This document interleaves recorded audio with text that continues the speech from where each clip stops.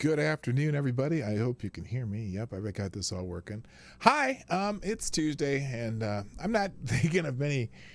My thumbnails in the afternoon are just pretty bland, and I couldn't think of anything witty to say, so I didn't. And we're just going to go through what's happening in the world as a catch-up, and then we're going to get out of here. That's kind of how it's going to go, and I'll maybe we'll see what y'all got going on in the going on in the chat, and we'll go from there. Why can't I hear myself? Let's see. Oh, there we go. Ha!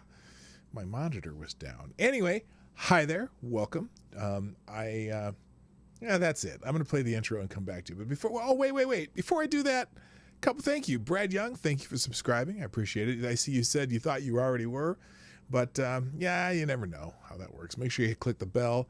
And also, thank you, Attack Alpaca. You are the new Streamlabs Superstar sponsor of the day. Thank you for being the first sponsor today on the Morning Night Live afternoon edition on this happy Tuesday. And it says, just speculation, but something tells me I'll be seeing you make an appearance on a certain final episode of a certain show tonight. Again, just speculation. Well, I am going to, I will probably be in the chat. I was in the chat last night, and I just watched last night and listened and reminisced, and I don't know if an appearance is in order, but I certainly will make sure that I am listening tonight. A little melancholy about that, because those guys got my start. They're talking about Lords of the Night, which is kind of the place where I cut my teeth on doing this kind of stuff. So anyway, thank you very much for sponsoring the show. Let me play the intro, and then we'll get back to what we normally do here. So there we go. Play the intro. Ladies and gentlemen, coming to you live from the Lucky Dog studio in a hidden location somewhere in the upper Midwest of the United States of America, it's a brother making his own way, but with all the wrong opinions. Welcome to the Morning Night Live with your host, yours truly, PDawgKnight. All right, that's good. Stop the music. Good afternoon, everybody. Welcome to the Morning Night Live. I am your host, Marty, also known as PDawgKnight on the internet. And welcome back to the PDawgKnight channel. It is Tuesday, the 24th of August, 2021. Holy crap, summer is almost over. And I believe, let's see, this should be the first, the Minnesota State Fair starts this weekend. Now, so far, our governor hasn't put any restrictions on the state fair. You can go there with a mask or with no mask, or vaccinated or unvaccinated. They're not doing anything crazy on our Minnesota State Fair, which makes me happy because I still haven't seen the science. You're blinding me with science. The science regarding people who've had COVID already. They're not promoting it. Now let me back up. This is not true. I just told you a lie. I have seen science on it. I've seen quite a bit. I've seen studies from a lot of different places as far as the antibody capacity of someone who's already had the disease, particularly moderate to mild cases. And I know that there are studies out there that tell you that people who've had the disease probably have some very long-lasting antibodies. Probably, in fact, I haven't seen a whole lot of people, because I'll tell you what. I was going to say, I haven't seen a whole lot of people who've had the disease get it a second time. I haven't heard any, breathless news reports about, this person had COVID, now they got the Delta variant. The Della Reese, as we call it around here. I got that from Canon Hotep. I think that's just a funny way to call it something. And I wonder why I'm not hearing anything about it. They keep saying, you should get vaccinated anyway if you already had it, blah, blah, blah, blah, blah, blah, blah. Why? I haven't seen a whole rash of people who get it a second time. Not even the Della Reese. Because I tell you what, if there were a rash of people who had it before who are suddenly re-upping their subscription to the stupid 19, you would hear about it every damn day from the, those people, the media types, the Mockingbird media, the propaganda arm of the Biden administration, also known as This is CNN and MSNBC and all the rest of them. You would be hearing about it constantly. There'd be a drum beat. Hope to doom to everybody doom needs to get doom the vaccination doom. Even if you're already had it. But I haven't seen it. I have seen studies that tell you that, you know what, you're probably better off that you've had it and you're done with it than if you get the vaccinations. Because apparently a lot of people getting this, everyone's getting this, a lot of people get, easy for me to say, a lot of people getting the stab. A lot of people getting the stab are still getting the new variants. And it's not going to stop. It's not going to stop. I'm sorry. This is not something that you're going to just eradicate. Okay, the problem, because here's the problem, and I've said it before, and I've had this discussion with my spouse, who is a 30-year registered nurse. The problem is, because of the fact that they're finding it in animals, because animals are getting it now. They found it in a tiger in a zoo. They found it in some deer. They found it in some dogs. It's not something that's going to go away. You can't. How do you stop them unless you kill all the deer, dogs, and tigers and anyone else that gets it? So, and and they. Oh, the big news also was that the FDA fully approved the Pfizer juice, the Pfizer Fauci juice. Really? Have they? Really? How? How is that? Because normally it isn't like really full on testing for these kind of things. You need some controls. You need some things that take quite a few years, sometimes 4 to 5 years to get any long term quality testing. But your president and mine, if you live in the United States or are of that citizenry, has made the big announcement. Well, it's what you've been waiting for. You've all been waiting for this, for it to be approved, because somebody said you weren't going to take it unless it's approved by the FDA, and now miracle of miracles, we've approved one of them. I wonder how many people bought Pfizer stock last week. Because, holy shit, I wish I would have. I wish I'd been thinking, because I knew they were going to do this shit. I knew they were going to do this. They're just going to,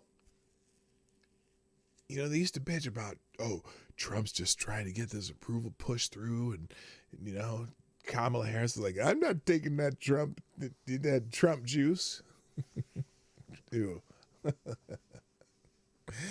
And, but no, they rushed through, they rushed and got a full approval for the Pfizer Fauci juice. Good for them.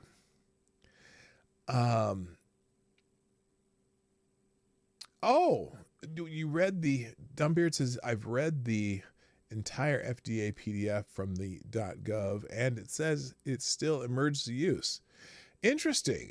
Doesn't surprise me. So anyway, we're going to talk, I've got a few stupid 19 related things to go through. A couple things from the Discord, a couple things from Ace, and then if I have time left, 'cause I didn't pull up a whole bunch of stuff today.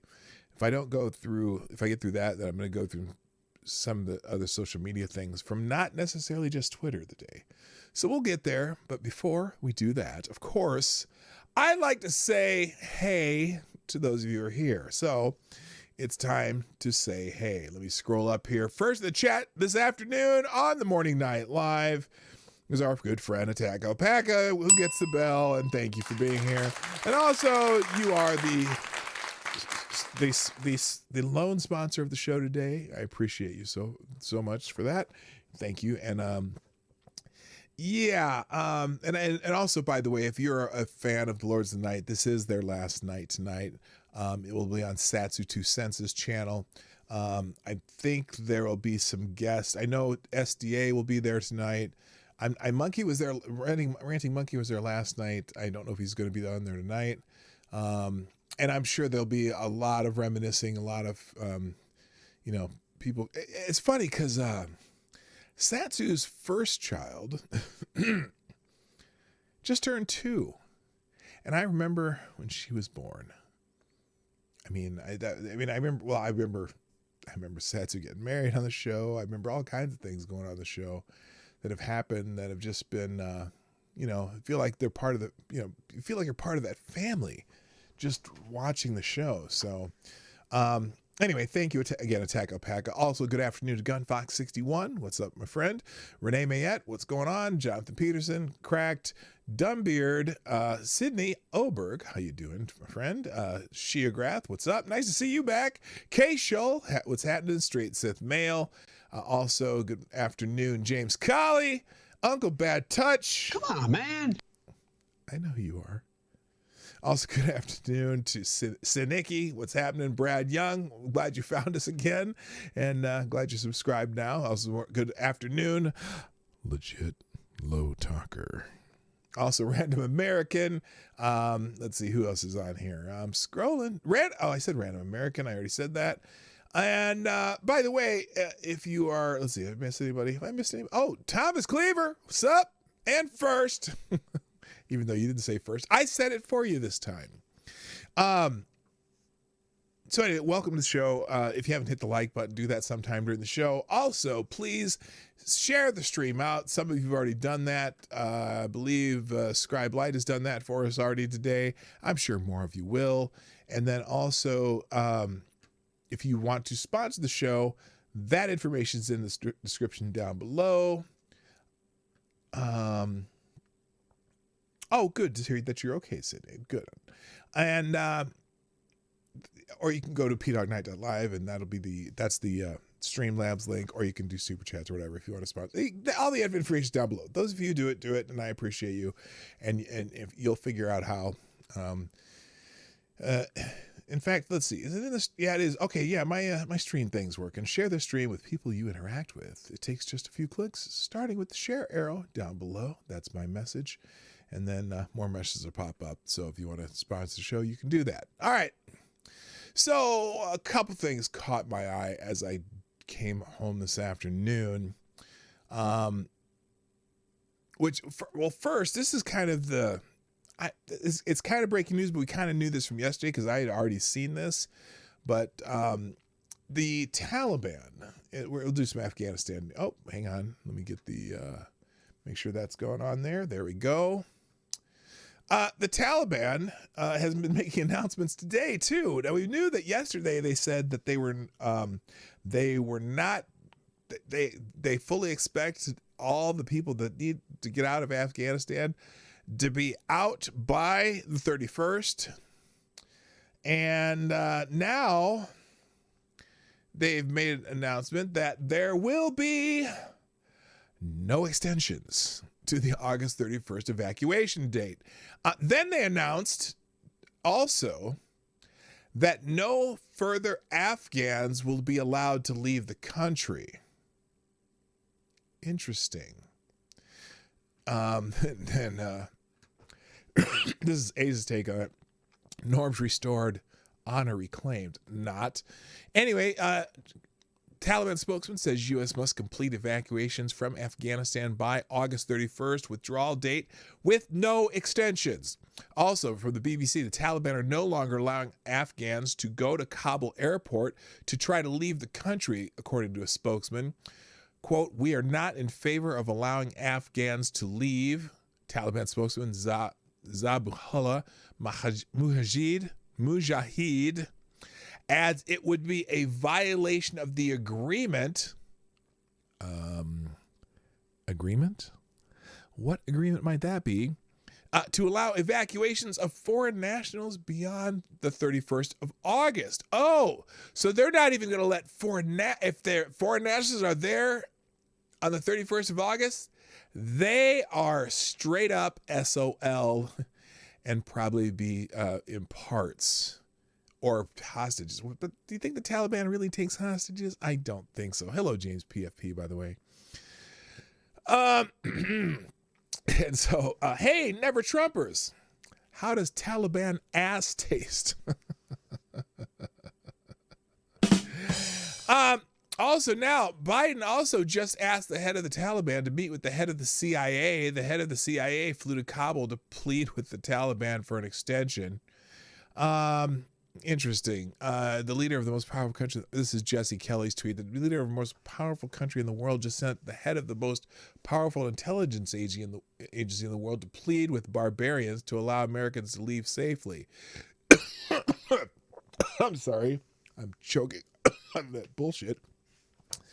You're watching America lose its status in real time. Top Dog doesn't ask. Top Dog tells. Now, could you imagine? Riddle me this. Could you imagine how a certain slightly orange-tinted, funny-haired man would be handling this in a little bit different manner in the words and deeds, and how he would respond to these I almost called them gentlemen. That would be scary. Could you imagine how Orange Man Bad would be doing with this, as far as his responses to these assholes? Oh boy. Hello, T-Ball. They are bringing over refugees. Fucking leave them. Well, okay, look. I'm not so much... Well, we're not anymore. At least not, because they're not allowing any more Afghans into the airport. Just SFYI, T-Ball. Hi, Enzikar, how you doing? Because that's what the CIA does. Pleads, sure. Yeah, exactly. But, you know, again, this is Biden's head of the CIA, not just your normal head of the CIA. Anyway, the answer, eat a bag of dicks. Not only do we plead to have the meeting, but they told us to go hang and then added additional salt to the wound by saying they would not allow us to evacuate any other Afghans. Then there's an AP alert at 11:19 a.m. Central Time stating President Biden has decided not to extend his August 31st deadline for completing the U.S.-led evacuation from Afghanistan, an administration official says. Translation, I've decided not to extend it because the Taliban says it won't let me. Yeah. So anyway. What? Sheograph? What the hell? All right. I'm going to read this. Thank you, Sheograph, for sponsoring the show through Streamlabs, who says, I'll wait till the music stops and the young lady stops shooting because I was watching her shoot. Anyway. Sheograph, thank you for the deuce via Streamlabs, and who says, if you lick your fingers after giving a fisting, would that be eating ass? I'm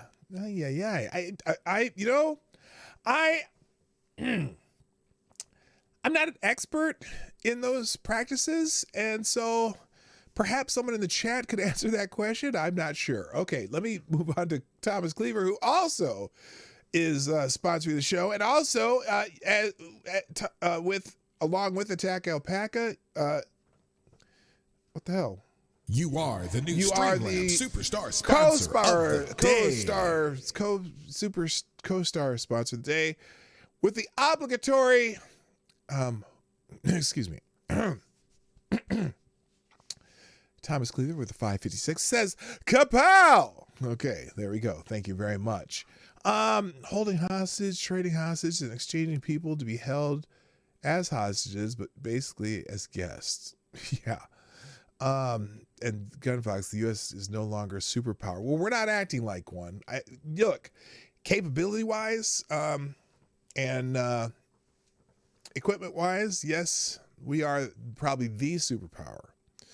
But right now, we ain't sure as hell ain't acting like it. And yes, exactly. All those who voted for Pedo Joe voted for this. Congratulations, fuckers. Let's see. I had another one, but let's just go. I'm gonna go back. I can't. It's annoying, and we'll probably get into it in some of the the social media stuff, so I'll come back to that. Let's talk a little bit about the Stupid 19. Now, this is interesting. These are kind of not in any particular order, but we're going to go through these. I think this is the one that, this might be the one that you sent me, Gunfox. U.S. review of Stupid 19's place of origin that shall not be named, unlikely to solve vexing questions. Now, this is the Joe Biden sycophant media, Reuters. Here's what they're saying. Okay, well, I'll start at the beginning. President Joe Biden is set to be briefed on the U.S. intelligence community's investigation of how Stupid 19 started, with the report likely to disappoint in delivering clear answers about the deadly pandemic's origin in the country that shall not be named. What? Wait. It will not. Okay, no clear answers. Okay, let's read on. Biden in May ordered aides to work to resolve disputes among intelligence agencies, examining rival theories about how the novel Stupid 19 started, including a once dismissed theory about the possibility of a laboratory accident in the country of origin that shall not be named, as well as that the virus originated naturally with animals such as bats or birds, which is all straight bullshit. So I'm sorry. We know that probably that we just look, it didn't happen that way. It's that chance of that is zero. A 90-day intelligence review the president ordered is due on Tuesday, according to the White House press secretary. Warm cup of clear liquor from Japan, with the release of unclassified portions likely to take a few days longer. Yet, 3 U.S. government officials and a 4th person familiar with the scope of the investigation, anonymous sources, said they did not expect the review to lead to firm conclusions after this country of origin that shall not be named stymied earlier international efforts to gather key information on the ground. Oh, they blocked the investigation. Shocker. Hello, Chrome. Instead, one key official said the report would likely point to additional lines of inquiry that officials could pursue, including demands of the country of origin that shall not be named that are likely to further ratchet up tensions with Beijing at a time when the country's ties with Washington are at their lowest point in decades. Wait a minute. How could our relations with the country of origin that shall not be named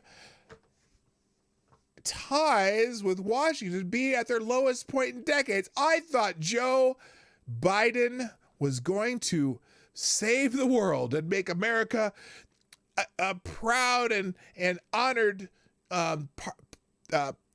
partner in world affairs with everybody in the world, because Joe Biden, he knows all these people, and when he was Barack Obama's, head guy on everything important to the world in America, that I thought he was going to, what was it that Bruce Springsteen said? It's something like how, but Joe Biden is going to restore our status in the world. Yeah, how's that going? Anyway, quote, it's basically impossible to have a proper investigation if one of the main parties doesn't want to cooperate, said Thomas Wright, Brookings Institution senior fellow and co-author of Aftershocks, a book about the pandemic, with Biden Undersecretary of Defense call. We need to proceed as if both hypotheses are true. Well, I don't. Why? Look, I hope that doesn't mean one of the hypotheses about the animals, natural occurrence bullshit. We know that that's bullshit. The report also comes as the U.S. intelligence agencies have come under pressure from within the administration and Congress over issues related to the handling of Afghanistan after the fall of Kabul to the Taliban came faster than many U.S. intelligence, defense, and diplomatic analysts predicted. No shit. But it's, guess what? I guess we won't have to talk about this report much because we'll still be talking about Afghanistan unless they find another distraction. Oh, I know. Maybe the Proud Boys can get in a fight in Portland again. And maybe some of the news can focus on that instead. Or maybe we can have another guy in a pickup just sit outside in his truck in front of a building and garner news. But notice, hey, now here's something interesting. Have you all noticed that our the dude in the pickup, the dude drove up in Tennessee and pretended to have some, boom booms in his truck? How much have you heard about that lately? That sure went away fast, didn't it? I wonder, because, remember, because his Facebook page got just wiped immediately, right? As opposed to unwiped, which I know some of you are. Anyway, isn't it interesting that guy just that whole story disappeared? I wonder if they found out some stuff about him that they don't want us to know, or if he's just an asset that they didn't want to tell us, right? Why are American aircraft stuffed with foreigners while American citizens sit abandoned in Kabul? That's a great question. I don't know why they're not getting them out of there. They better get them the hell out. They only got it, 28, 24? They got 7 days to get this done. And I understand that we want our people out of there. But we also, I think it's fair to want all of our people out of there and at most of the assets out of there. I hear you. Anyway, then this article, Stupid 19 has killed 4.6 million people worldwide, according to Reuters tally, but its precise origins. I'm sorry, I'm reading the article verbatim. Its precise origins remain shrouded in mystery. Really? Is it really that much of a mystery? I don't know. The first known cases emerged in the central Chinese city of Wuhan in December 2019. Oh, I'm surprised they even said that. And U.S. agencies started looking into the origins shortly after. Wait, what? I thought the Trump administration ignored COVID. I thought, what do you mean they started looking into it shortly afterwards? I thought we ignored it completely until Joe Biden, right? Hello, Faithless. Hello, Evan. How you doing? Let's see. U.S. spy agencies initially strongly favored the explanation that the virus originated in nature. Did they now? They didn't see the name of the lab right there. Like Jon Stewart could have seen that. In fact, he said something about that.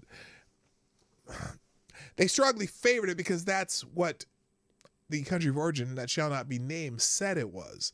But the country of origin that shall not be named lies their asses off continually. Anyway, a team led by the World Health Organization that spent 4 weeks in and around Wuhan in January and February said the virus had probably been transmitted from bats to humans through another animal. Yeah.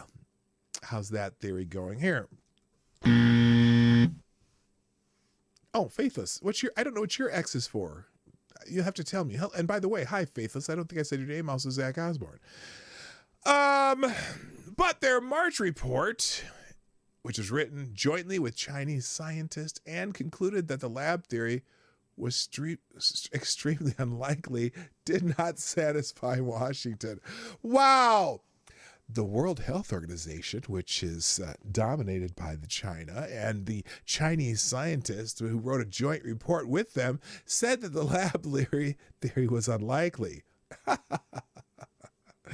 People familiar with intelligence reporting have said that there has been little corroboration over recent months that the virus had spread widely and naturally amongst wild animals.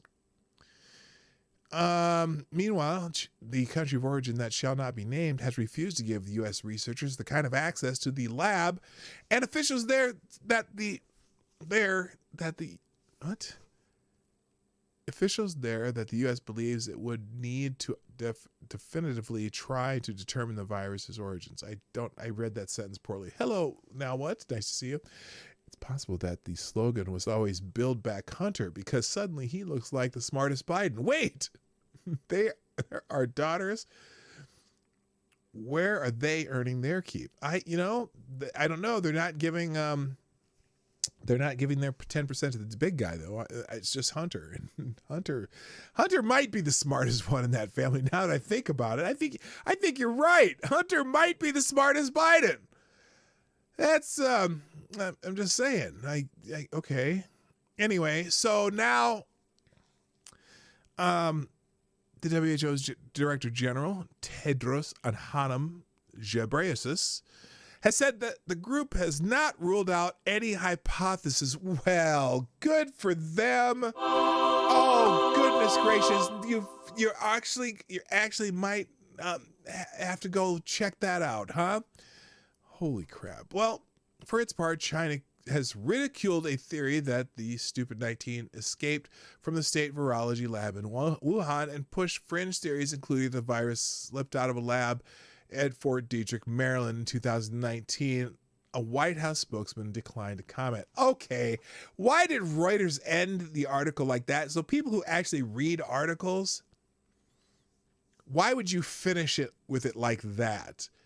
Putting up a cloud of, ooh, it may be of a secret thing from Fort Detrick, Maryland, and not really from the country of origin that shall not be named. Oh, a White House spokesman declined to comment. Oh, no!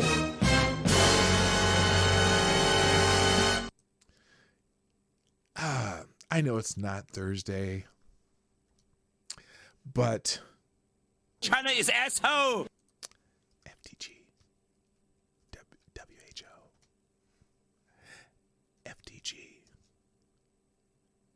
China. Got it. Holy crap.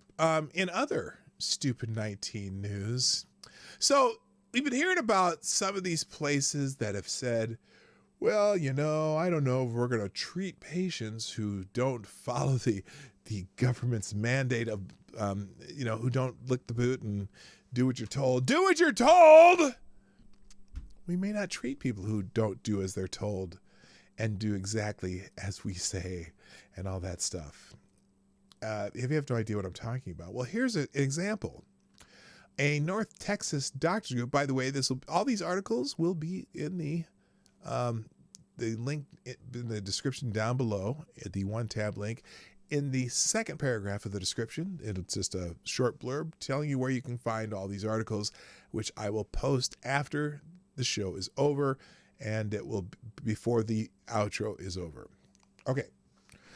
A North Texas doctors group retreats on a policy that says vaccination status to be a part of care decisions. Funny that this is interesting because they were going to, it seems as though they were going to violate their own Hippocratic oath. But anyway, this would have been a big change in healthcare, and it was all outlined in a memo obtained by the watchdog. And there was a watchdog. I know that you gave me this one, Gunfox.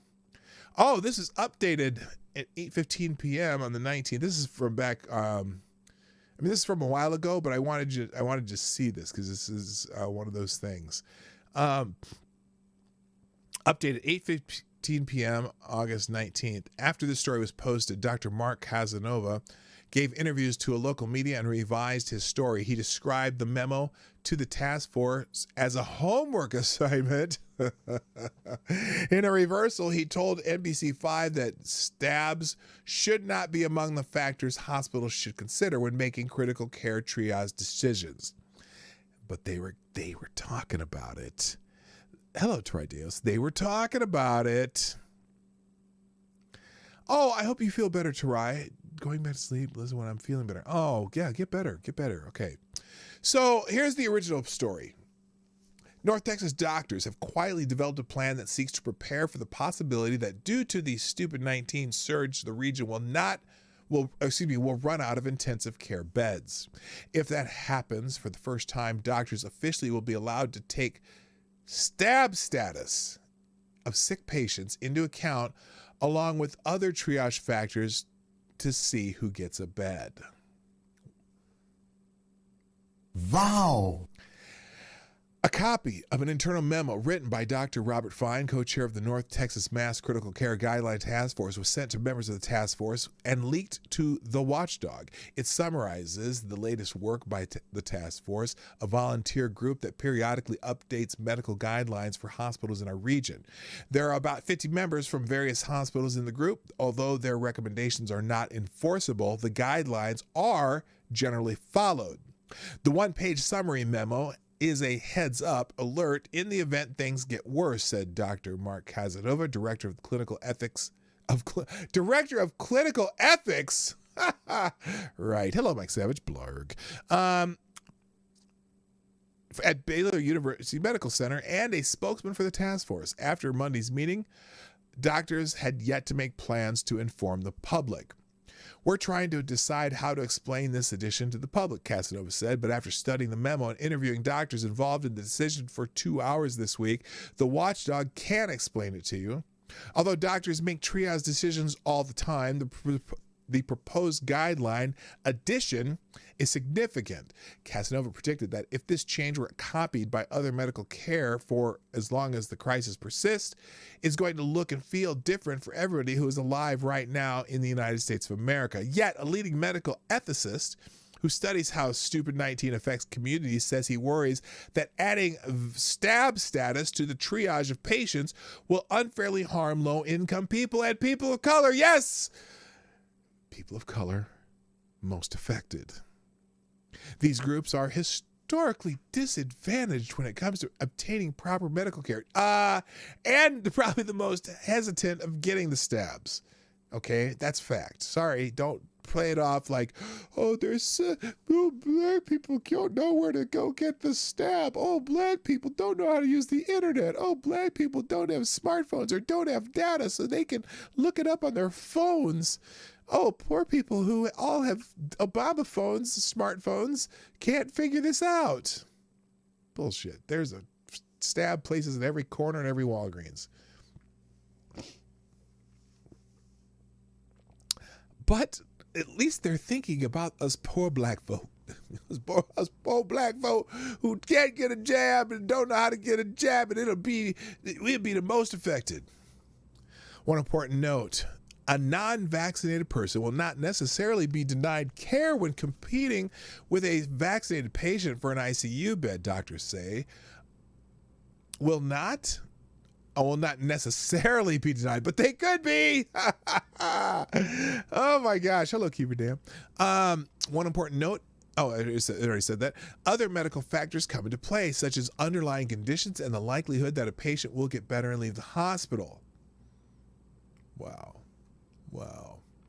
So the memo, the online meeting involving several dozen doctors representing many area hospitals took place Monday. Afterward, in his email, Co-Chairman Fine summarized the decision made by the task force. He boiled it down to 3 bullet points, and here they are. 1, stupid 19 stab decreases severe infections and death. Only for stupid 19. And also decreases from 99.9999997% to a little bit lower than that. Anyway,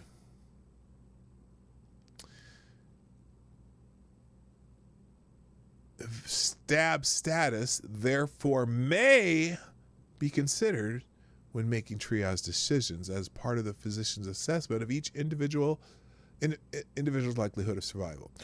Number 2, when stab status is considered, accommodations may be needed when the reason for non-stab is beyond the patient's control, such as, but not limited to, caretaker refusal to have a disabled dependent stabbed, recent Oh, recent stupid 19 infection or medical contraindication, whatever. Contraindication? I don't know what that means.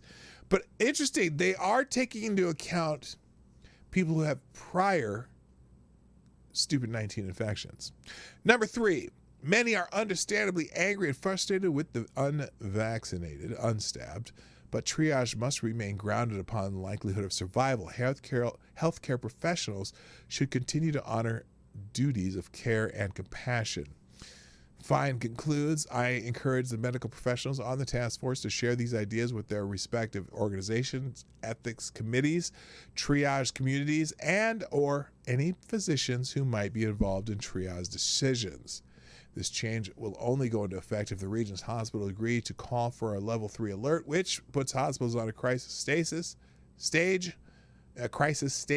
Fine says he worries that this could happen in 2 weeks or so. Using vaccination status in admittance determination, he says, is an issue that has been bubbling under the surface. Yeah. Holy shit. I'm going to drop down here just to see what they say about disadvantaged group. Dr. Harold Schmidt, professor of medical ethics and health policy on the University of Pennsylvania, or at the University of Pennsylvania, has studied gaps in medical treatment of stupid 19 patients by race, ethnicity, and income. He said this new North Texas policy is troublesome. Oh, gee, you think? Especially the part of the memo that allows for exemptions for non-stabbed patients because of reasons beyond the patient's control. That excludes the vulnerable, poor, and people of color. Wait a minute. How does it exclude? Notice how they put that together. It excludes the vulnerable, poor, and people of color, as if that's the same thing. And I know they technically are not saying it's the same thing, but you notice how he's always got to put that shit together. It excludes some people of color because they choose not to get the stab at higher rates than some other people's. But it's still a bad policy anyway. What do these people do for a living? What do these people do for a living? Oh yeah, they're doctors. Those groups have received poorer healthcare. Really? Now, interesting. The vulnerable, poor, and people of color. Do people of color automatically receive poorer healthcare in general than richer white communities? Aren't y'all special, you richer white communities? Although, working for UPS, I got pretty much Cadillac healthcare through my job. So stop with this pandering bullshit. But anyway, you know what? In this particular case, I find it humorous that they have to consider those options. Boy, anyway, this policy pretends that it is just focusing on objective medical knowledge, but it ignores societal injustices, Schmidt said. In such cruel clarity, Stupid 19 has exposed the consequences of the structural inequities. Ooh, I heard that word equity within inequities that we've had for so long. That's why it's critical that we don't add to that. In this case, we risk that. Okay, so that's his only worry. Not that you're actually doing something completely against the Hippocratic Oath. God, these assholes, I tell you. All right, let's see. I'm going to just do this real quick. By the way, again, I don't know. I said hi, Cleaver Dam, but I don't know if I said it well. I think I got Marty ranting today. Yes, you did, Unbox. You did. You did a fine job at getting me ranting. And again, thank you, Cleaver Dam, for tweeting out the show. I greatly appreciate it. And let's see, who's this is? And why is my message thing not popping up? And thank you, Sydney, for sending me a link to my show. I love it. Thank you very much. All right. Also, now this is another interesting thing, and I'm trying to think of the ethics of this too. And if any of your lawyers out there, maybe you can help me out. I was just about to advance a theory. There is an inverse proportional relationship between melanin and wealth, but then Oprah came on TV. Yeah, it's interesting. All right, this is an interesting one, and again, ethicists, not ethnicists or estheticians, but ethicists and lawyers. I want your ears to perk up on this one. 2 New York judges ordered defendants to get the jab. Can they do that?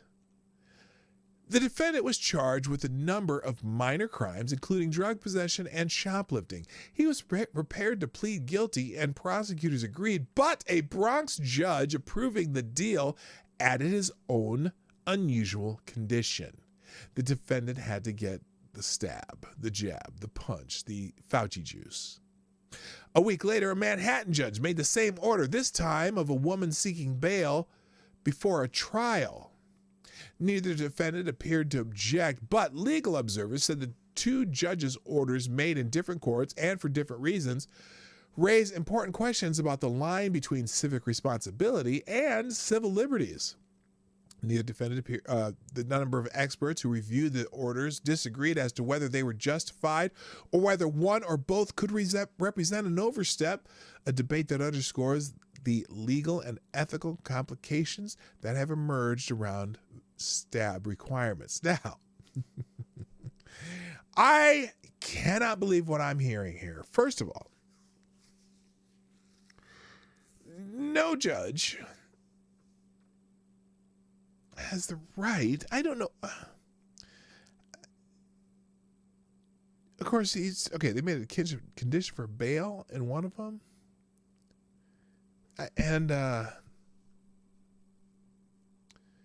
Yeah, this was just, he was gonna plead guilty, and the judge said he had to get a stab. I don't get it. Anyway, in one case, Judge Jeffrey Zimmerman of the Bronx County Criminal Court explained that the defendant, William Gregory, had been accused of crimes including drug possession, criminal trespass, shoplifting, and criminal contempt. That showed he had placed his own interests above others. In getting the stab, the judge argued Mr. Gregory would be doing the opposite, and so that stab would represent a form of rehabilitation. Does your head hurt yet? The second order came from a federal judge in Manhattan, Jed S. Rakoff, who granted the release of a defendant, Eloisa Pimentel, who was charged with conspiracy to distribute fentanyl on the condition that she gets stabbed. You know what I'm more concerned about than her stab status? Was she actually dealing fentanyl? That's my concern. Anyway, Judge Rakoff argued that it fell to him to determine whether a person seeking release represented a danger to their community. The unstabbed, he wrote, did pose a danger. Maybe, unless they're not sick. If they're not sick, then they don't pose a danger. You know what I'm saying? You know what I mean? If you can't spread it if you don't have it. Did they test him? Oh, never mind. Given their enhanced risk of infecting another. How enhanced risk? Okay, this whole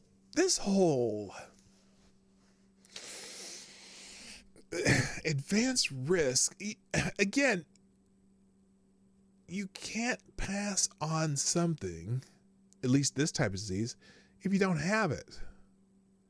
How do you know that this person is going to have it at any point? Judge Rakoff was likely on firm footing as long as Miss Pimentel was not reluctant to get stabbed because of health issues or legitimate religious objections. Those aside, I think that this requirement fits within the broader category of the judge's responsibility for the safety of individuals or the public generally, Mr. Giller said. A lawyer for Ms. Pimental, Ian Marcus Amelkin, said that she had told Judge Rakoff that she did not object to being stabbed, but Cheryl Bader, a professional at the Fordham University School of Law, said that while she admired Judge Rakoff's creativity, there was a potential hole in the underlying logic. Well, at least somebody's... What? A hole in the logic? I mean, a whole F you to the logic. Anyway... Ms. Bader said it was the premise of the law that Judge Rakoff was tasked with evaluating a defendant's danger to the community, but not in a general sense, in connection with the criminal charges in question. Ding! Yeah. That's not part of the scope of what they're there for. And the danger of spreading the virus was not clearly connected to the distribution of fentanyl. Oh, I gotta give that one too. Judges have broad discretion in placing restrictions on people who are accused of crimes. It is not unusual for them to limit whom defendants talk to, where they go, or even how frequently they use the internet. And judges do often order defendants to proactively engage in certain behaviors, such as receiving counseling or taking certain prescribed medications. But the power of judges is not unlimited. Nadine Strawson, professor at New York Law School, who was the president of the American Civil Liberties Union from 1991 to 2008, said that in order to fight a vaccination directive, a lawyer would have to demonstrate a judge had abused his or her discretion. For example, she said the ACLU filed a 2003 reverse. Okay, I don't need to go into that. And there's plenty of this article. You can catch the rest of it yourself. This is nonsense. And what would it have done to them if they had refused? That's it. Would they have changed? Well, I don't know, because one was pleading guilty and the other was, what were they doing? Trying to get a bail? What did they denied bail if she refused to stab? Kind of sounds like it, but boy. That's they're breaking some lines with that shit. Anyway, let's see. And then this one's funny, and then I'm going to get away from Stupid 19 for a minute because I do have an update on January's, or at least some more January 6th stuff. Here, you got Becca ranting. I would love for Becca to come back. I miss Becca. Anyway, I know why she doesn't come by though. This one. I'm pretty sure that this person is now under investigation by the FBI. Parent gives Nazi salute during a debate about masks in classrooms at Birmingham school board meeting. A parent of a Birmingham student was removed from the school board meeting Tuesday after giving a Nazi salute. The incident happened during a debate about whether masks should be required in schools. After another parent spoke in support of masks, the man stood up, rendered a Nazi salute, and said, "Heil Hitler." School board meetings are recorded, but that portion was edited out because of the nature of the action. We don't want to show our children that this is okay, that it's okay for someone to get away with something this hateful, said a parent whose child attends the Birmingham schools. The parent, who is Jewish, does not want to be identified and said she was watching the meeting on a monitor in an overflow room. He did a what? Because we all saw the arm go up, but we had no idea what had happened because we were in a separate room, she said. She said that the meeting continued, that when the parents in the overflow room realized what had happened, they found the police officer in the school and asked for the man to be removed, and the man was told to leave. Wow. Now, interesting. The parent who spoke with Fox 2 said the man left the meeting but stayed in a nearby hallway for about 30 minutes. That parent said she wants to press charges against this man. For what? For what? Tasteless? Yes. illegal? Nope. What would he be charged with if they arrested him? And, you know, fuck his little Nazi some bullshit, but still, what would they have arrested him for? Anyway, the parents I'm sorry. My children are Jewish. I have to show my children what you do to stand up for yourself and what's right, she said. State lawmakers Mari Manoogian and Jeremy Moss, who are graduates of the Seaholm High School and Groves High School, denounced the anti-Semitic outburst. You know what? I'm gonna guess. Let me just take a stab at this, okay? I am gonna guess that when he did that, stick with me here. I'm gonna guess that when he did that, he meant it in I wouldn't say an ironic manner, but I would guess that he was not referring to his desire to be just like the guy with the funny mustache and be a follower of the guy with the funny mustache and the funny twisted cross thing on the flag. I'm guessing that when he did that, he was being sarcastic toward the people who are trying to make this mask mandate and to the parent who is talking about making the mandate. Exactly, Faithless. He was calling them Nazis. He was being facetious. And these people are saying, oh, denouncing anti-Semitic outbursts. Didn't say anything about Jews. Didn't say anything about them. State lawmaker Mary Manoogian and Jeremy Moss, who are graduates of Seahills. Okay, they denounced the anti-Semitic outburst.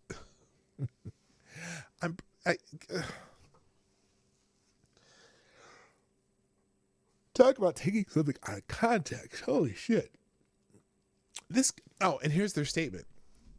This community and the entire world has gone through a really traumatic past 18 months, and to have this be the reaction of a member of our community is really incredibly disappointing, Manoogian said.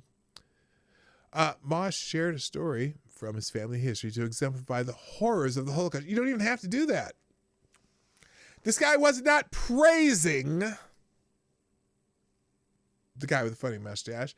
He was saying that these school board and these parents who want these mandates are like that. I could figure that out without even seeing it. I'm just saying.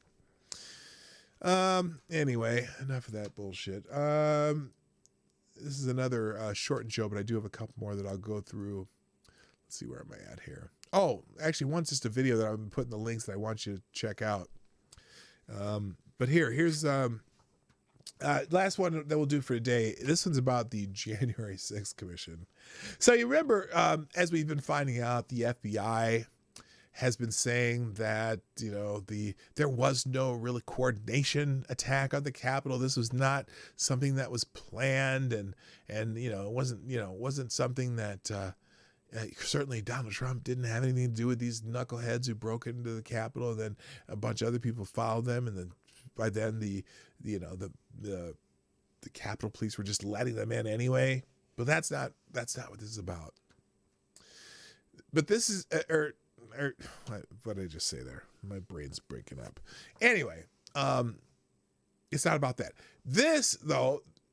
So the FBI said there's nothing happening, right? There's no coordination. There was no big plan. It probably was just a riot like any sports team winning the World Series in a city, riots or whatever. But that turned out that people start doing things and certain people get an idea and the whole mob follows. But it wasn't something that was organized in advance. That's what we're saying. Hey, Jimmy Philly is going to be streaming in 1 minute. Well, I'm going to be almost done in 1 minute. So, well, not 1 minute, but you know how long it takes me to shut down, because I always find something else to say. So after we're done, Jimmy, put a link, throw me a link and I'll put it in the chat and people come watch you stream right after me. Okay.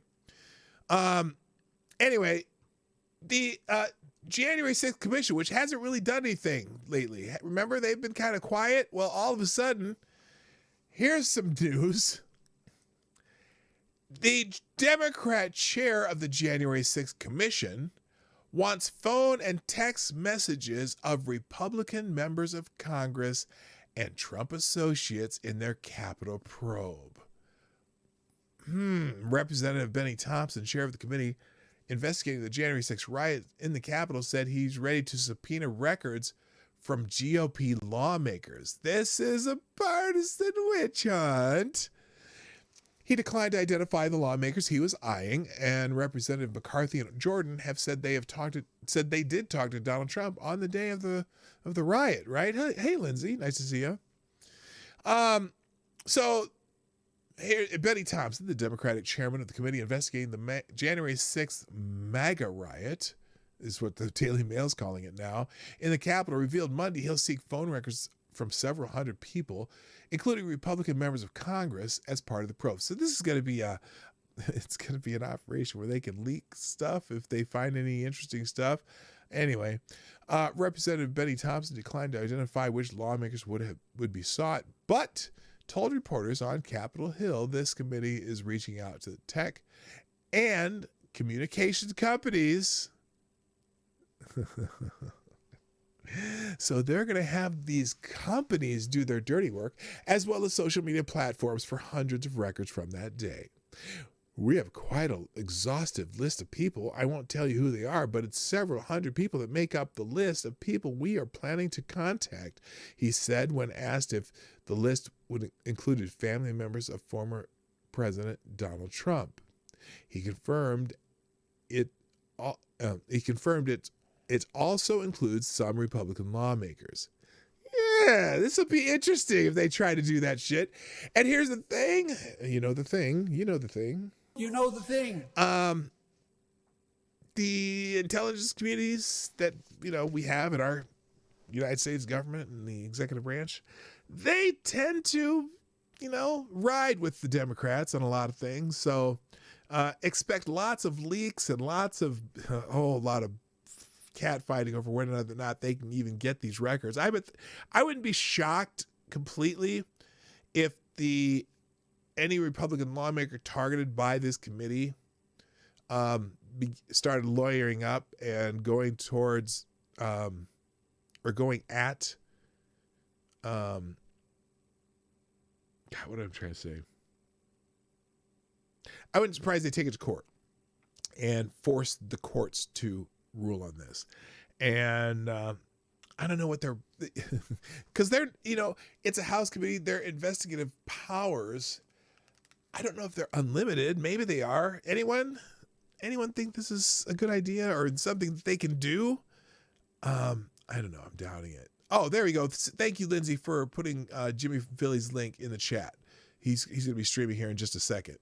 And I'm going to finish in just shortly here too. So if any of you want to go watch Jimmy from Philly, I might even go watch Jimmy from Philly while I'm editing my video that I'm working on. Anyway, this is not, what's the word? This is not cool. Especially since the FBI is already saying that there's nothing organized about this riot. This was not something planned. This was not something where leaders made a plan and said, we're going to do this, this, and this, and then we're going to overtake the country. Yeah, that didn't happen. It was a football riot is what it was. It wasn't even a good Black Lives Matter riot. It was a football riot. And there were assholes who did more than they would normally do without the groupthink, the group mentality that you get in some of these large gatherings, but it wasn't planned. That's what the FBI says. Of course, the FBI probably doesn't want a whole lot of noses digging into this anyway, because they probably had some assets in place too. And then that would be a little embarrassing. But yeah, the FBI report really has members of Congress and Twitter people kind of pissed off that they're not gonna get what they want. they're not gonna get what they want. But if they try sometime, they might find a knee in the face. So yeah. All right. I'm thinking maybe I'm gonna call that's gonna be it. Oh, Biden's gonna read a puppet script supposedly at 4:30 p.m. today. That was 3:30 Central. Oh, did I miss it? Hey, let's go over to the White House YouTube page and see what's there. Shall we? I mean, what else do we have to do? Oh, you can go watch Jimmy from Philly if you want, but I want to see if what the president said a half hour ago. I'm pretty confident that whatever he said a half hour ago is no longer going. Let's see. All right. Let me just pull this up real quick. Dems can do anything they want. They kind of do. They kind of do whatever they want. Hang on a second. Let's see. The White House. What did the president say a half hour ago? Oh, it says it's live. Reading room. In addition, we're going to make long overdue, much needed investments in basic, hard infrastructure of this nation. This is an area where we have broad bipartisan agreement to invest in our antiquated roads, highways, bridges, transit, drinking water, this systems, is supposed to be out of Afghanistan. Broadband, clean energy, environmental cleanup, and making infrastructure more resilient. It said President Biden delivers remarks on our ongoing efforts in Afghanistan. Instead of giving every break in the world to corporations and CEOs, by the way, 55 of our largest companies in America paid $0 in federal taxes. So on more than $40 you billion wrote the rules. in profit last year. You wrote the rules. We If can ask they follow the corporations and rules, very wealthy just to pay their fair share. They can still rewrite the tax very wealthy. code. They can still make a lot of money. Rewrite It's the just for them tax to pay their code. fair share. Rewrite the tax invest in code. making Yeah, the it country is. stronger and more competitive. Yes, Shuffle Ready 2.0. Exactly. Create jobs and raise wages and lift up the standard of living for everyone. What do you think we did before stupid 19, Joe? Were you paying attention? Oh, that's right. You were hiding in your basement before stupid 19. Never mind. Is, in my view, we're a step closer to truly investing in the American people, positioning our economy for long-term. Whoa. Charlie Waters died? Hang on a second here. We'll come back to Joe. Charlie Watts? Seriously, when?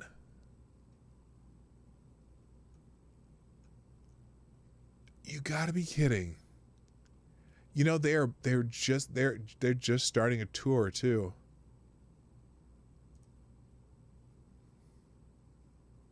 This is breaking news, folks. From 15 minutes ago. Charlie Watts, the Rolling Stones drummer and inimitable backbone, dead at 80. Rock and roll legend passed away peacefully in a London hospital earlier, surrounded by his family. Or Charlie Watts, I mean. Charles Robert Watts, the Rolling Stones drummer and the band's irreplaceable heartbeat, has died at age 80. No cause of death was given. Watts' publicist confirmed his death in a statement. It was with immense sadness that we announced the death of our beloved Charlie Watts. It read, he passed away peacefully in a London hospital earlier, surrounded by his family. The statement referred to Watts as one of the greatest drummers of his generation and closed by requesting that the privacy of his family and band members and close friends is respected in this difficult time. Watts' death comes several weeks after it was announced that the drummer would not be able to perform on the Rolling Stones' No Filter tour of U.S. stadiums. Charlie has had a procedure which was completely successful, but his doctors this week concluded that he needs proper rest and recuperation, and now he's passed away. So, rest in peace, Charlie Watts. And I was never a Stones fan until probably until Miss You. And I started appreciating them. And then in the, late, like in the 90s into the 2000s, when they started touring, I was a Stones detractor either. I just didn't get into them, and a lot of people really did. And but then I started, you get older, you start to appreciate music for when you're a kid and when you're younger, and really kind of grew an appreciation for them. I never thought Charlie Watts was a great drummer, though. That's interesting. I mean, obviously he's the Stones drummer, but I never thought of him as a great drummer. I just thought of him as the guy back there drumming for the Stones, you know, and just a fixture in the background of the Rolling Stones. You know, it was the Keith and Mick show, and Charlie and what's the bass player's name? I can't even think of his name, but we're just kind of the guys that kept things moving. So anyway, rest in peace, Charlie Watts. All right, let's get back to President Sundowner here. Growth and building an America that outcompetes Hang on, you know what? the rest of the world. I'm not going to do this. I want to go back to where this started and see what he said. Oh my gosh, this shit just started. Wait a minute. He's only about 6 minutes in the speech. He's talking about infrastructure. Look at the title of this. Hang on. The title of this speech that he's giving is this is from the White House. President Biden delivers remarks on our ongoing efforts in Afghanistan. 6 minutes in, he's talking about infrastructure. All right, let's go to the beginning. We're going to go to the beginning of this speech. Here it is. Here he is coming in. And I wasn't going to do this. I like Charlie's style. Plus, he had the best bitch please faces. Yeah, he did. But you know what? And the other thing. Okay, good point, Cynical Lindsay. Charlie wasn't there to shine, and he didn't. He was there to what he is. Anyway, let's go back to the beginning of Joe Biden's speech here, because this is supposed to be about the ongoing efforts in Afghanistan. So, folks, and they had this set up 4 hours ago. There was 4 hours of nothing playing. And then they started 6 minutes ago. Here we go. Here's the beginning of this speech. Told you basically, he said that was 5 days ago. What difference does it make? And moved on. I'm guessing it is, because he's only 6 minutes in the speech, and he's already talking about American infrastructure. Okay, here it is. Before I update you on the meeting that I had with leaders of the G7 earlier today, I want to say a word about the progress we're making on the Build Back Better agenda. Oh, so he's still, okay, he started with this shit. We just got off the telephone with the leaders in the House. Today, the House of Representatives taken significant step toward making a historic investment that's going to transform America. I can shorten this up.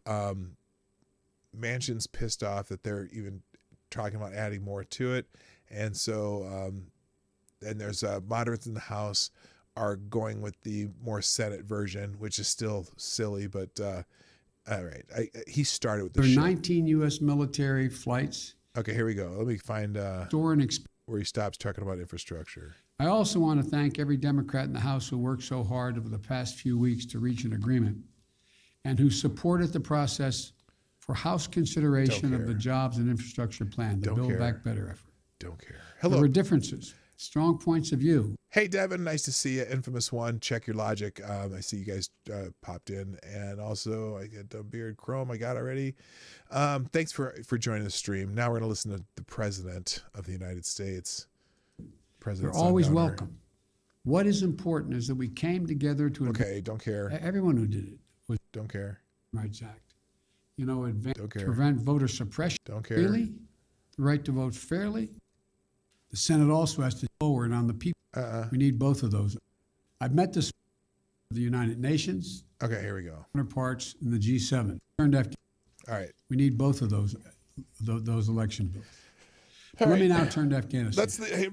Read your I speech. met this morning with my counterparts in the G7, as well as heads of the United Nations, NATO, and the European Union.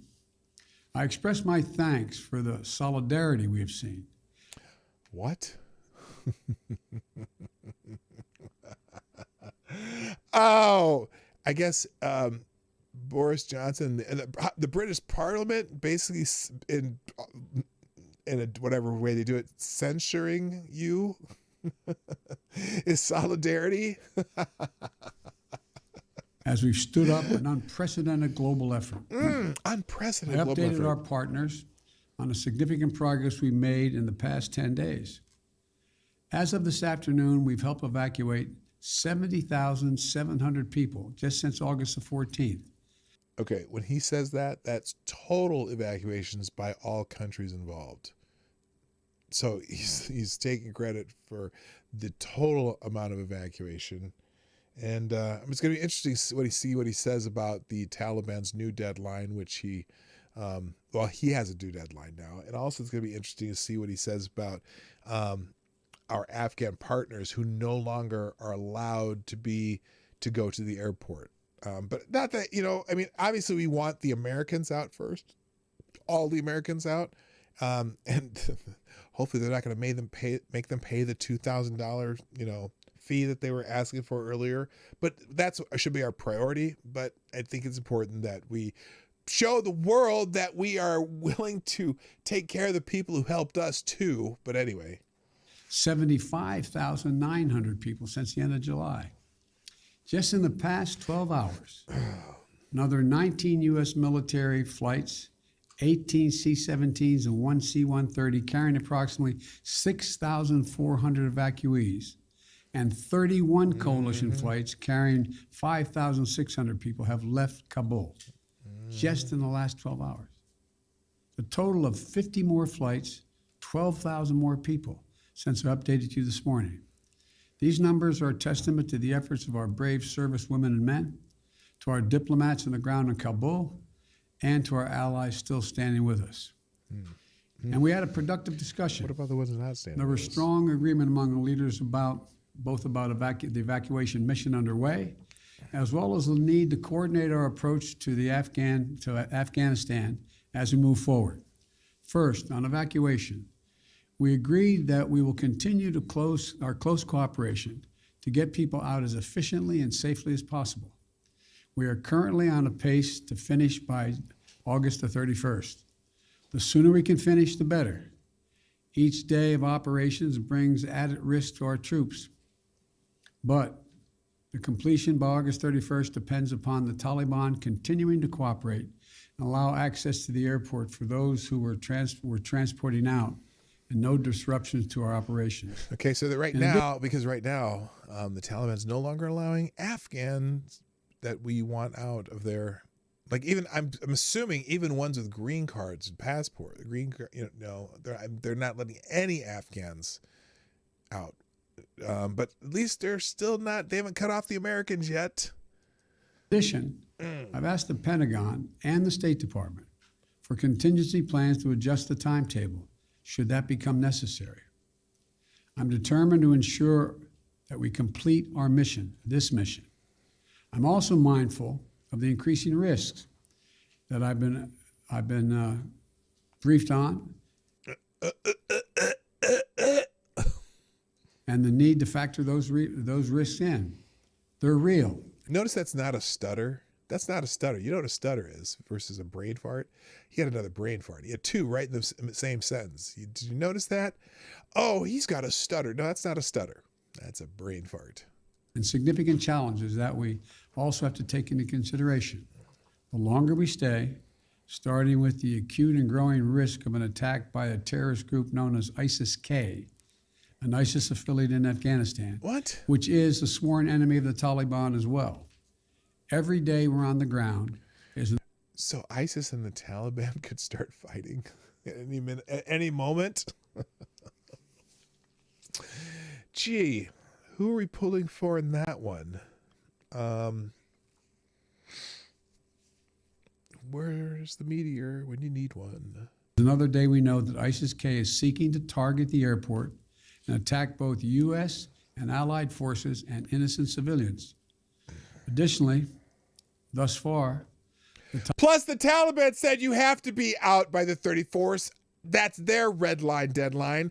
And when they say red line, that means that's when the bread from people's blood is going to start making lines in the sand. Just saying. Taliban have been taking steps to work with us so we can get our people out. But it's a tenuous situation. We're already had some gunfighting break out. We run a serious risk of it breaking down as time goes on. Second, the G7 leaders and the leaders of the EU, NATO, and the UN all agreed that we will stand united in our approach to the Taliban. We agreed Which means the legitimacy of any future government depends on the approach it now takes to uphold international obligations, including to prevent Afghanistan from being used as a base for terrorism. And we agreed that none of us are going to take the Taliban's word for it. We'll judge them by their actions, and we'll stay in close coordination on any steps that we take moving forward in response to. So we're going to judge them by their action, because they said that women and girls were going to have the full rights, of course under Islam, but that women and girls are going to have full rights. Does that mean the girls robotics team can come back to Afghanistan now that they smuggled out? Does that mean the politician, the women politicians who were elected and are concerned that the Taliban has taken over and they might be killed, or better yet, worse yet, taken as, because the Taliban needs, they need. Okay, I'm not even going to go there. The Taliban's behavior. At the same time, we renewed our humanitarian commitment to the Afghan people. What humanitarian effort? You have zero control of anything but the airport. So if you mean humanitarian, that is in the lucky ones who may have already gotten into the airport, getting them the hell out of there. Because remember, and look, this is a speech from an hour, not even an hour ago. This is a speech that just started 50 minutes ago. Well, at least in theory. The Taliban has said they're not letting any more Afghans out, and you're not coming in. So what humanitarian effort? Let's see if he describes what that means. And supported a proposal by the Secretary General Guterres of the United Nations-led international response with unfettered humanitarian access in Afghanistan. Yeah, good luck. Good luck with that. Unfettered. Unfettered humanitarian access via the UN. Third, we talked about our mutual obligation to support refugees and evacuees currently fleeing Afghanistan. Well, currently is an interesting word because now the Taliban's not going to let anybody else flee. So I guess that'll solve your refugee problem. The United States will be a leader in these efforts, and we'll look to the international community and to our partners to do the same. We're already seeing our allies' commitment. Relocate them in places where they can assimilate easiest, which is not here. Although, look, if someone end up here, I'm over it. But it doesn't make sense. They ain't going to assimilate here very well because this is going to be some serious culture shock. First time they walk by Lucky Bone or whatever, the first strip joint, or they see the purple-haired, young man, or to them young man walking down the street saying, "I'm non-binary." There'll be some culture shock. How about going somewhere closer to home, like Pakistan, or somewhere where they can assimilate? I'm just saying. They're bringing to their countries the Afghans who served alongside their forces as translators or in their embassies, just as we're bringing to the United States those Afghans who worked alongside our forces and diplomats. We're continuing that effort. Yeah. We're conducting thorough security screening in the intermediate stops they're making for anyone who is not a U.S. citizen or a lawful permanent resident of the United States. Anyone arriving in the United States will have undergone a background check. Oh, I'm sure that'll be thorough and very, very, very accurate. Sure. It'll be, because, wait a minute. A background check? Did he say, I'm going to run that back a second. Did he say a background check? Anyone arriving in the United States will have undergone a background check.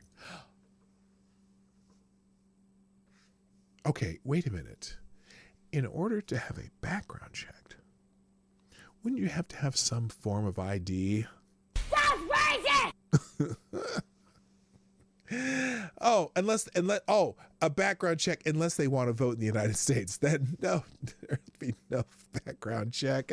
Just pretend. No, we're not checking anything. If they want to vote, they can come and vote. And we must all work together We must to resettle thousands of Afghans who ultimately qualify for refugee status. The United States will do our part. And we are already working closely with refugee organizations to rebuild a system that was purposely destroyed by my predecessor. Whoa!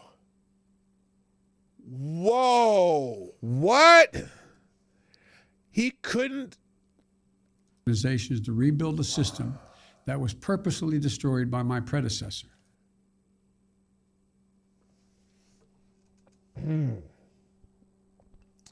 gonna wait for the fact checkers on that one. Not the normal fact checkers, because there were a lot of visas and whatnot produced during the Trump administration for Afghans.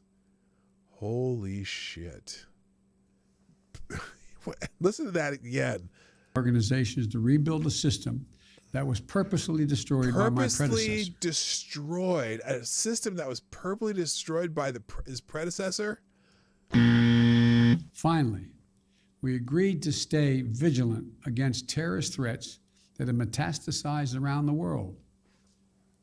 We went to Afghanistan with our allies in 2001 for clear reasons.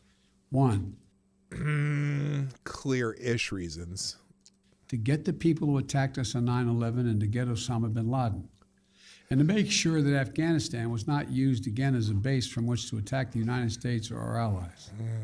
We achieved that objective. We delivered justice to bin Laden more than a decade ago. In Pakistan. But the current environment looks very different than it did in 2001.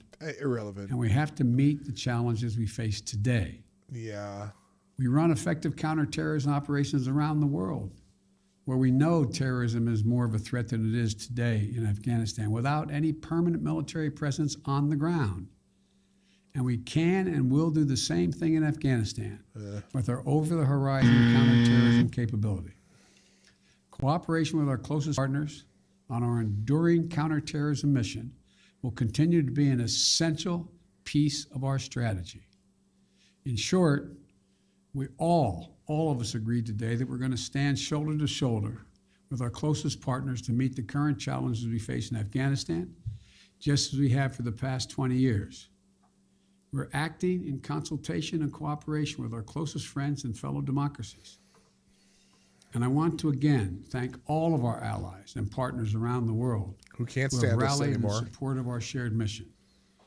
We ended the conversation today by a clear statement on all of our parts. We are going to stay united, locked at the hip in terms of what we have to do. We'll get that done.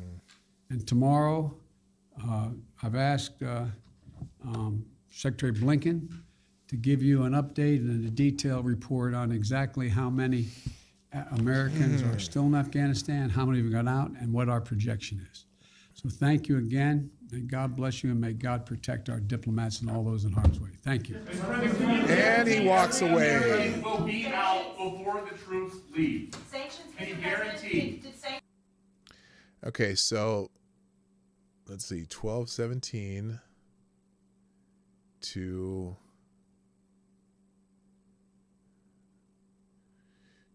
25:01. So roughly 13-minute speech, the first 6 minutes of which was talking about infrastructure and taking no questions from the press.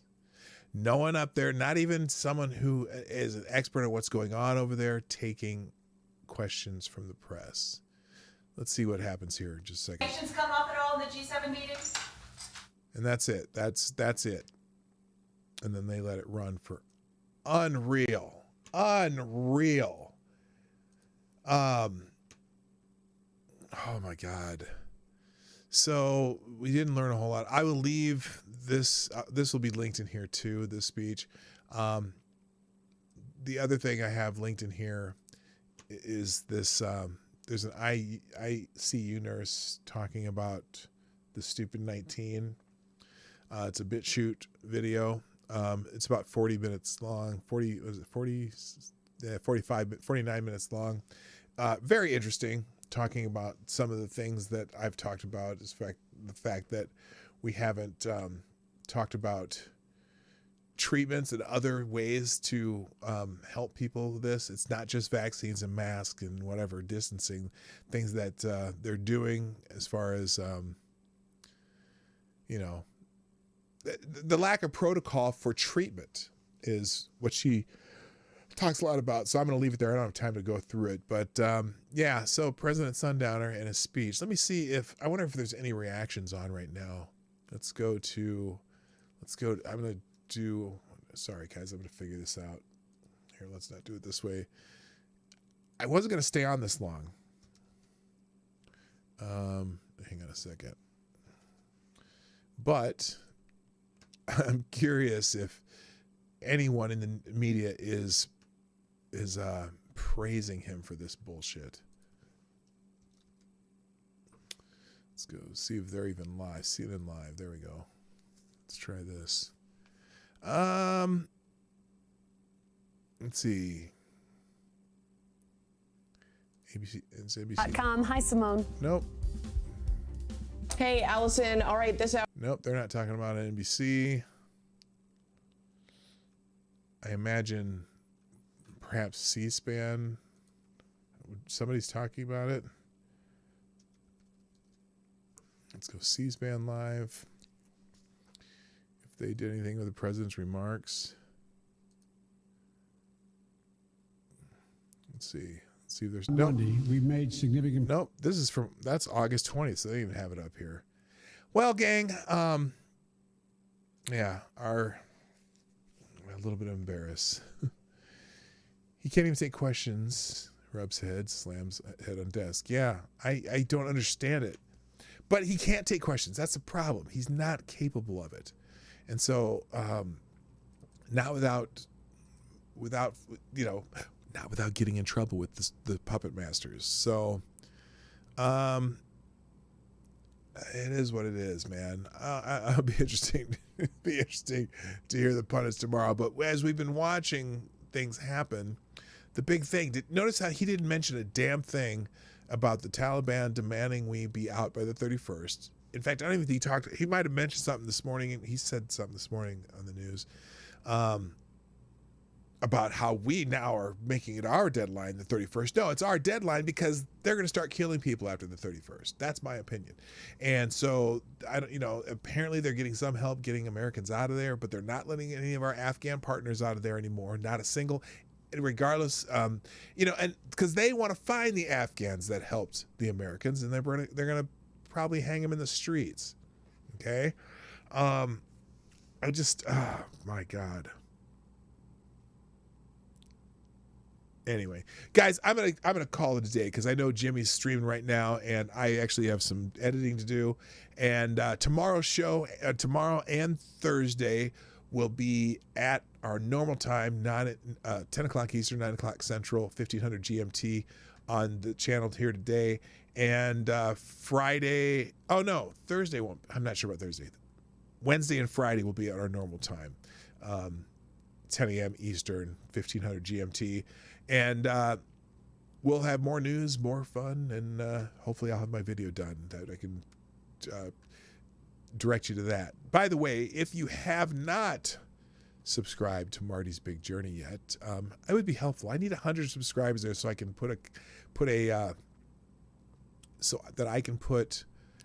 my custom name on it. I can't do it yet. It's kind of weird how they do this at YouTube.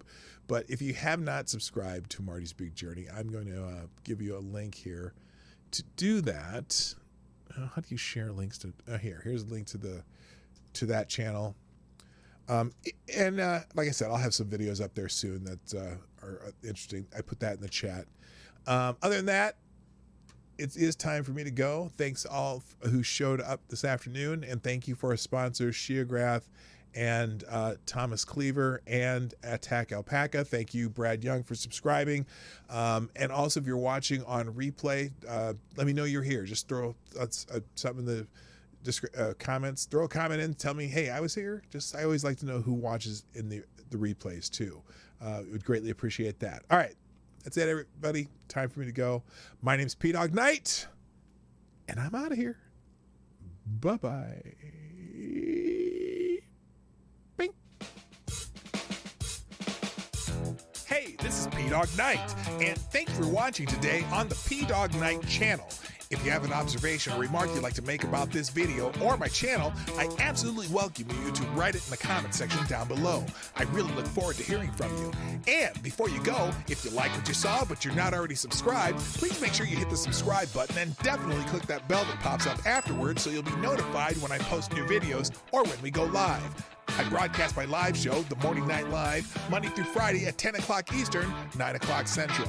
A special thank you to all the supporters of this channel who share our videos on social media and who make donations through Streamlabs, YouTube, Venmo, and Cashapp, which are all linked in the description down below.